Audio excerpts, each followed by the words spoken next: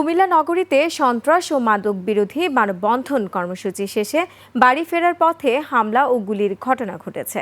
এ সময় গুলিবিদ্ধ হয় ইথান আহমেদ প্রেম নামে এক স্কুল শিক্ষার্থী। আহত হয় অন্তত 7 জন। গুরুতর আহত ইথানকে উন্নত চিকিৎসার জন্য ঢাকায় পাঠানো হয়েছে।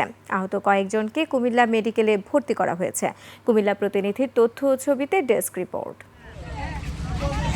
দুপুরে কুমিল্লা নগরীর কাটাবিল এলাকায় মাদকমুক্ত করার দাবিতে সচেতন নাগরিকদের উদ্যোগে মানববন্ধন হয়। মানববন্ধন শেষে সবাই যখন বাড়ি ফিরছিলেন তখন সেখানে গুলির ঘটনা ঘটে। স্থানীয়রা জানায়, যারা গুলি চালিয়েছে তারা এলাকার চিহ্নিত সন্ত্রাসী ও মাদক ব্যবসায় জড়িত।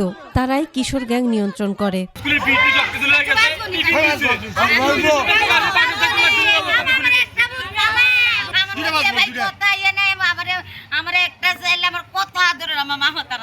স্থানীয়রা জানায়, প্রকাশ্যে মাদক ব্যবসা ও অস্ত্রের মহড়ার বিরুদ্ধে প্রতিবাদ করায় এই হামলা হয়েছে। সাধারণ মানুষ এখন নিরাপত্তাহীনতায় ভুগছে। মাদক সেবন করে বউর উপর অত্যাচার করে, মার উপর অত্যাচার করে, নিজের সন্তানদের প্রতি অত্যাচার করে। প্রশাসনের লোক সবসময় এখানে থাকবে। এইখানে যেহেতু এটার আঁকড়া, এই আঁকড়া এখান থেকে বন্ধ করবে। আমাদের মেয়েরা রাস্তাঘাটে চলাফেরা করতে অনেক আতঙ্কে আসে, স্কুলে অনেক সময় আসতেও চায় না, ছেলেরা বসে থাকে রাস্তাঘাটে। পুলিশ জানায়, ঘটনাস্থল ও এর আশপাশে অভিযান চালাচ্ছে পুলিশ ও র্যাব। ঘটনার সাথে জড়িত গুলি করছে তাদেরকে ধৃত করার জন্য আমাদের অভিযান চলতেছে। ঘটনার মূল বিষয় হচ্ছে অপু এবং শরীফ, আবার সাব্বির, এরা আবার চাচাতো জ্যাঠাতো ভাই।